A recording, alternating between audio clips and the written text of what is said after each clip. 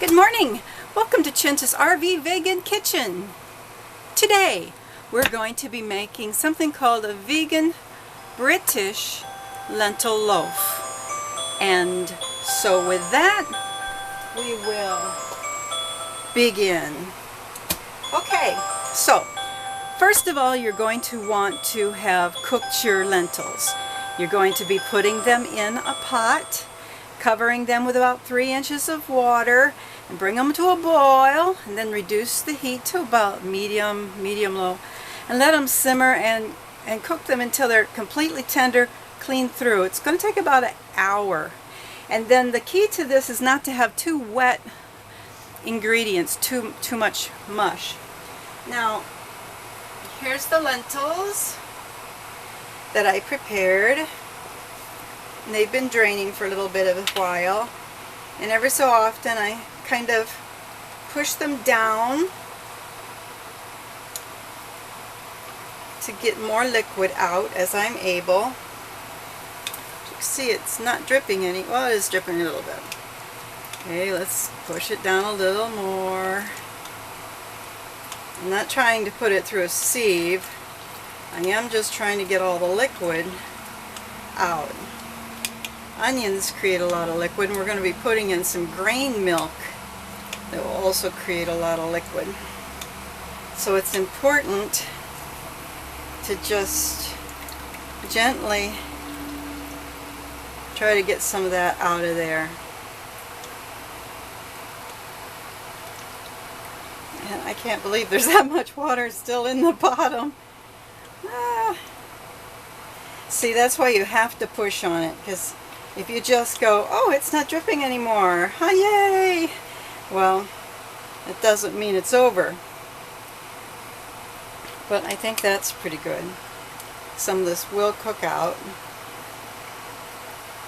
Yeah, okay. So, let's put this in our red bowl over here. Let me empty this in the sink.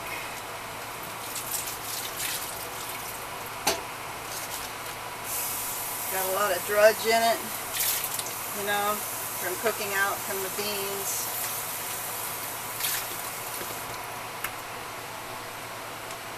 Wipe that out. Because we need our bowl.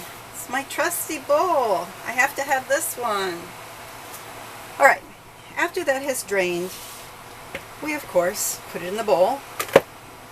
You see it's still trying to drain a little bit right there. Not a whole lot I can do about that. You're never going to be able to get it all out, but at least if you get the majority of it out, it'll make a lot of difference. So let me put the strainer in the sink. Okay, now we're ready for other ingredients. Now, in the meantime, you will have diced some onions and sautéed them. Smells good. Now there's going to be 1 tablespoon of olive oil. Oh, and the lentils, that was 2/3 a cup of dry lentils, which makes about 2 cups of cooked lentils. And this is 1 1/3 cup of diced onions, and they're sautéed. Now the secret to this is the 1 tablespoon of olive oil. All I did was I used it to lightly smear on the inside of the skillet before I put in the onions. And then I brought it up to like a medium-low, stirring it on occasion, covering it up. Onions create a lot of moisture, and just let it come to a simmer until they were translucent. You're also going to be adding 1/2 teaspoon of freshly minced garlic clove. And the secret to garlic is you put it in last.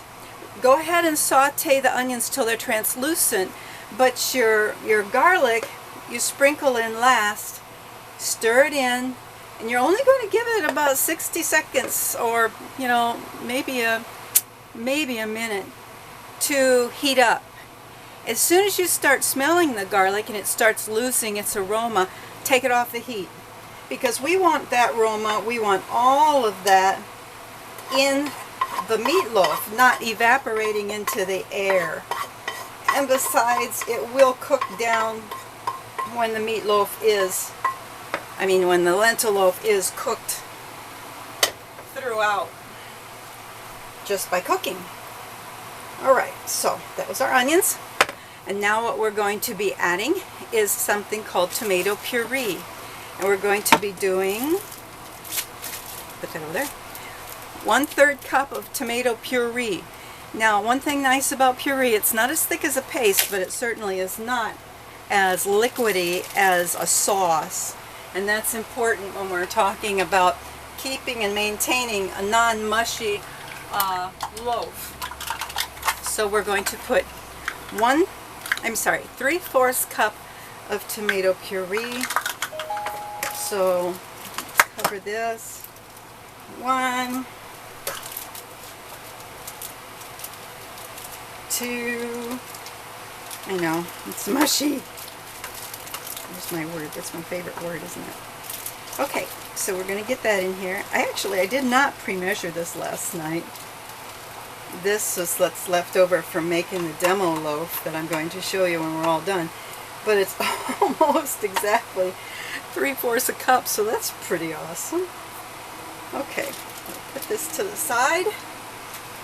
Rinse off my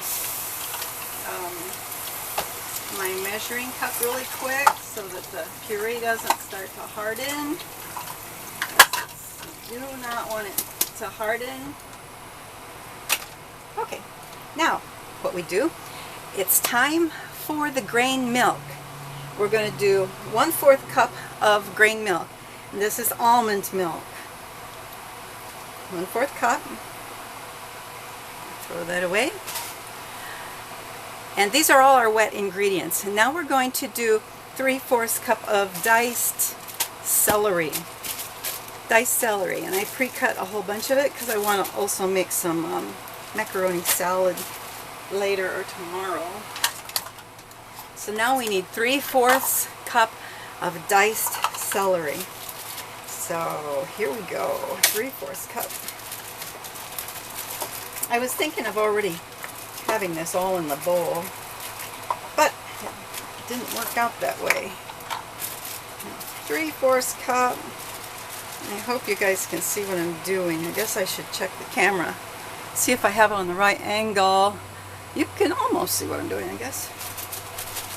Okay, that's 1. Not going to use the rest of this just yet. Make this easy for you. 2, 3. Beautiful. Alright, so let me toss this really quickly into the refrigerator so that we have a little more space to see. Oh, I got tomato down here already. Cheapers.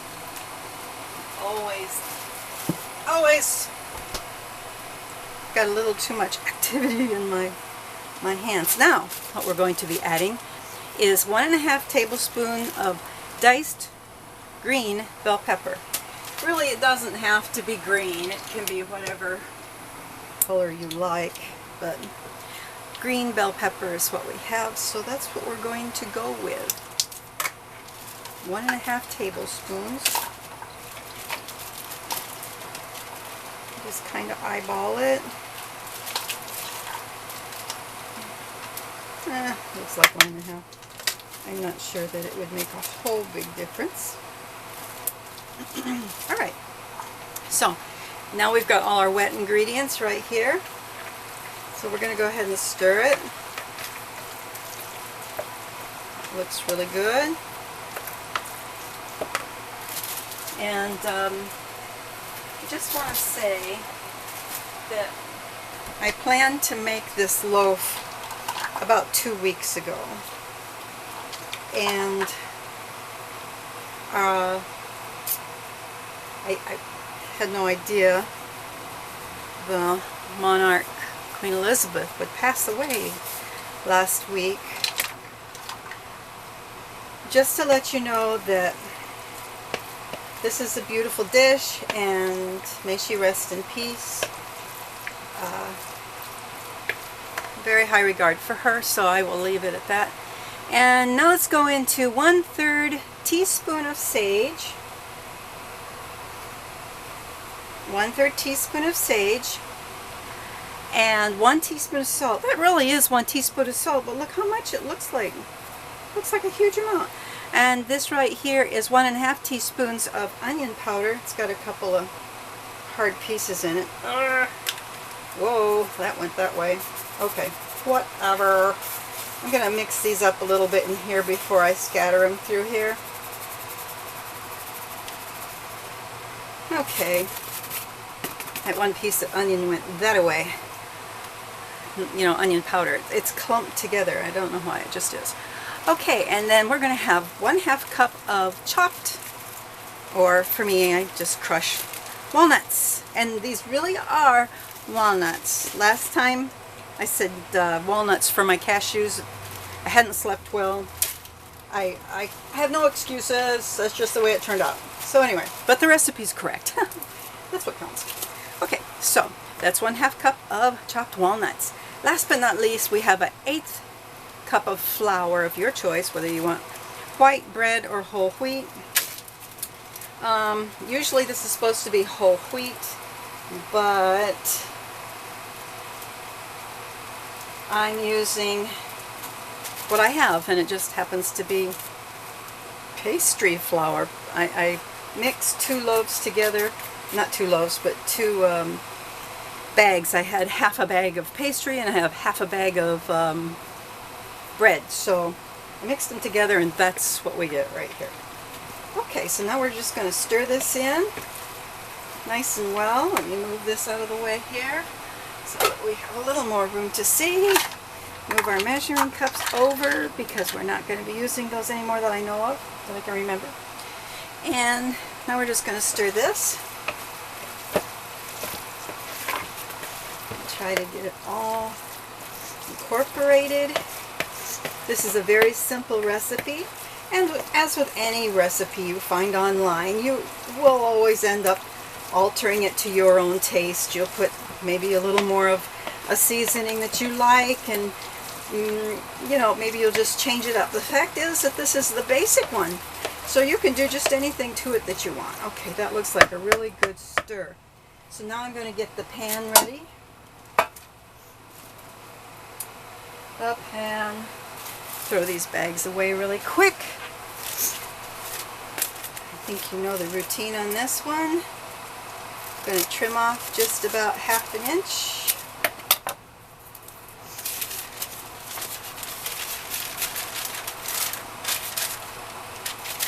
I think I cut the wrong end. Okay. There we go. Take this, fold it down, put a nice crease in it so it will stay best you can, and cut this off right about there, right about the midsection, because every piece, and this is the square parchment paper, it already comes out square. So now we're going to fold these in half, crimp them, fold this in half, crimp it, lay this on the inside, and perfect lining, no oil, nothing. Okay, so let's, and I noticed on my other one that my scissors were twirling. These scissors have, they don't have a flush lock in the blades. So anytime you put it down, it lays itself on top of this little round ball. I noticed that. I was like, whoa, super scissors. All right, onward we go. Start putting it in. Looks wonderful. Now, this is the recipe for just 1 pan. So obviously if you need 2 pans, you can double it up. But this is perfect for just me. So let's Go ahead and put the rest of this in here. Now it looks really good. It's a good consistency. There's not too much liquid in it, so it ought to bake up to a really nice loaf. A really nice loaf. I look forward to trying it. Every loaf tastes different. Now, not terribly different, but just a little bit different, because I usually just kind of guesstimate when I throw in my things. I don't get really specific and use a knife to measure everything perfect. It's good. It all turns out good. So what we're going to do here, doesn't that look wonderful? What we're going to do now is we're going to put it in the oven at 350 for about 1 hour. More if it's still too soft when you check it. It depends on your oven. But whenever you decide that it's ready and you finally do take it out, what you're going to do is you're going to take your favorite ketchup, whether it's organic or simply natural or whatever kind you like, and put it on the top of this and then cook it for another 15 minutes.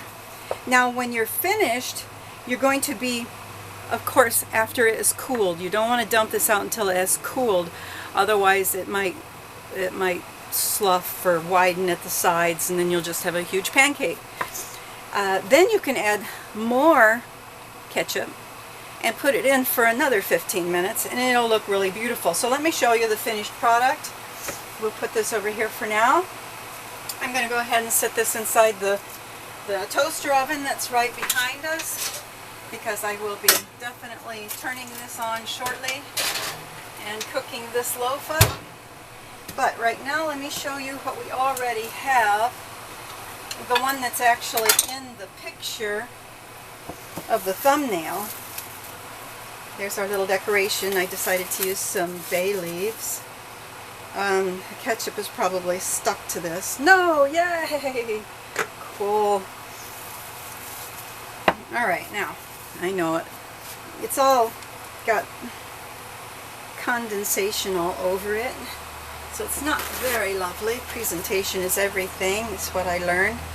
So let me take all the extra ketchup mess off so that it looks a little more presentable. Now I'm going to cut it. Now this particular one, I made the mistake of not draining my, what do you call it? Not draining the lentils as well as I should have. So it was really, really mushy. But let's see. Oh yes, that's cutting beautifully. Beautifully. Alright, let's see what we have here.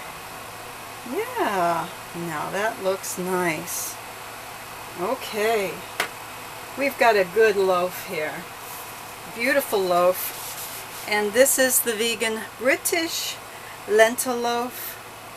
And it is beautiful. It'll be great hot or in sandwiches or however you would like to have it. Sets up really nice. The walnuts are a really good touch. You can make them as small as you want or large as you want. But that's everything. That is our vegan British lentil loaf. I hope you enjoyed the video this morning. And let me do this and turn the camera around. Okay. Here we go. Oh, I forgot to wear my apron. Yeah, I get busy. And I just hit a button behind the camera, so if you'll hold on just a second, I want to see if you're still here. I need to see if you're still with me. Looks like you are. Okay. Sorry, as usual. I'm always dropping something or touching something, and that's just the way it is. Okay, hi. So remember that therefore whether ye eat or drink or whatsoever you do, do to the glory of God. 1 Corinthians chapter 10 verse 31. It was so good to see you all again. Please like, subscribe, and if you think about it, share to help me get a good start on my little cooking site. It's been wonderful to see you again, and we will see you next week, okay? Thank you. Bye now. All right.